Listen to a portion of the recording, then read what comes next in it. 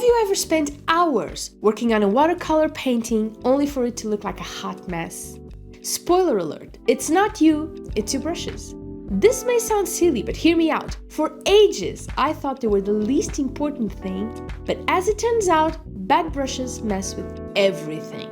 They don't hold water, they don't keep a point, and they shed like a nervous cat. It comes to a point where you're not really learning how to paint, you're just fighting your tools to put something on that page that's usually not very good. And those awful hairs scattered throughout your wet paint, we've all been there and done that. What a mess. My advice is, do not buy the cheapest brushes you can find. But you don't need to buy the most expensive ones either. Beginners do not need professional grade brushes to learn and improve their watercolor skills. Nowadays, you can get really good mid-range synthetic brushes for a great price, so do your research before buying. There's usually really great reviews online to help us out. Sometimes, the brushes start out just fine and you're really happy with them when you're painting. But then, if they're not properly kept, or just decay with use, especially when we're beginners and don't really know what we're doing with them, they end up being more of a problem than a helpful tool. And you would be very surprised to know how quick they go from one to the other. So make sure you're aware of when it's time to replace them. Depending on their quality, it may end up being sooner than you think. Using the wrong brush for the task is also a sure way to make you think twice about ever painting again. Because nothing turns out the way we want it to be, and being beginners, we often believe it is our fault. Blotchy washes, muddy color blends, and the sheer frustration of trying to paint a clean edge with a brush that splits like a banana peel and does wide lines when you're trying to do thin lines or vice versa are only a few of the dangers of using the wrong brushes for whatever you're trying to achieve.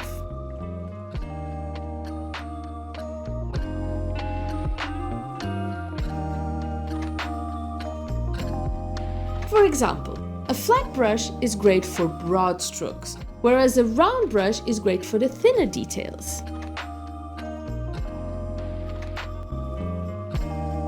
You'll want a brush that can hold a lot of water for big washes and one that holds very little water for details.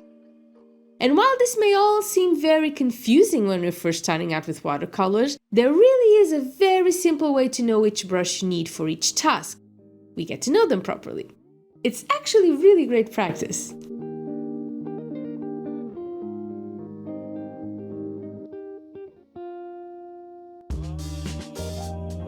We take one brush at a time, a piece of paper, and we go to town with it. We try using it from all sides, from the tip to the belly and the sides. We make all sorts of lines and shapes until we're really well acquainted with it and know exactly what it can do.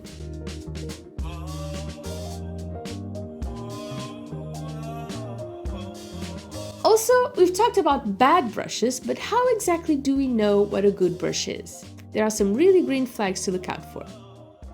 Good watercolor brush holds pigment like a sponge, releases it exactly when you want it to, and keeps its shape like a champ.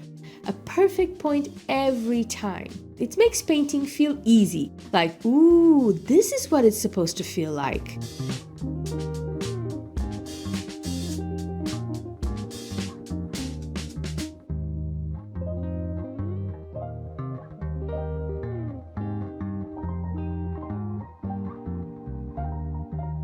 We want soft bristles with a solid spring, a sharp point that snaps back, a handle that feels comfy in your hand. And yeah, one that does not fall apart mid-painting would be very good too.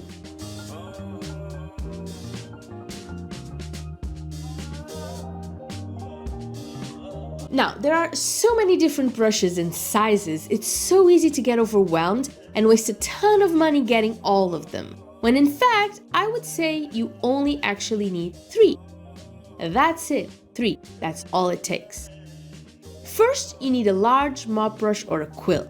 This is my favorite brush ever. I would use this for everything if I could. It's so smooth and comfortable. It holds a ton of water and it's a really good one to have for the beginning phases of your painting, for your large washes like skies and whatnot. They cover big areas in a small amount of time. Before that brush, I used to have one of these, a flat, big brush. But I do find that round quills are a little bit more versatile than this one. These larger brushes are a bit more expensive, but if like me you go the synthetic route, you will find some really great deals, and I'll be leaving a few links in the description for you. The second type we need is a medium round brush. And this is for the second stage of our painting, our large middle value wash after that first lighter one. We're changing colors, creating our shapes, always reloading our brush. It still carries a decent amount of water, and essentially we end up using it for like 3/4 of our painting, so it's kind of the most important one. There are a couple of sizes you can pick depending on what feels most comfortable to you. A medium size would be like a 13 or a 14. I would say anything between a 12 and a 15 will work. And the last brush you will need is a small round brush. It holds less water, less pigment, and it's used for the final details of our painting, to finish it up. We essentially went from large to small, using only 3 brushes, and our painting is complete. Now, an honorable mention that you don't really need at first, but as you get comfortable using these 3 brushes, you probably will end up getting one, is a rigger brush, or a round brush that's smaller than the smallest round brush I mentioned. I use this for really thin lines, like really tiny details. It doesn't carry a lot of water at all. I need to reload it all the time, but it does make a difference. You can make grass with this, whiskers, birds at a distance, power lines, the smaller thin details we sometimes want to add to our painting. I will also say though, as a disclaimer, that this can be a bit of a personal choice. For example, I see a lot of people using filbert brushes for pretty much anything. For me personally, I don't like it. I'm not handy with it, so keep that in mind. Ideally, get some inexpensive ones in different shapes to try them and see how they feel. Also, I would love to know what your go-to brushes are, so leave me a comment letting me know your favorites. Now, if this comes too late for you, and like me, you've already spent a lot of money on brushes, you never use or you don't know what to use it for, do not worry, okay? This subject is a little bit overwhelming.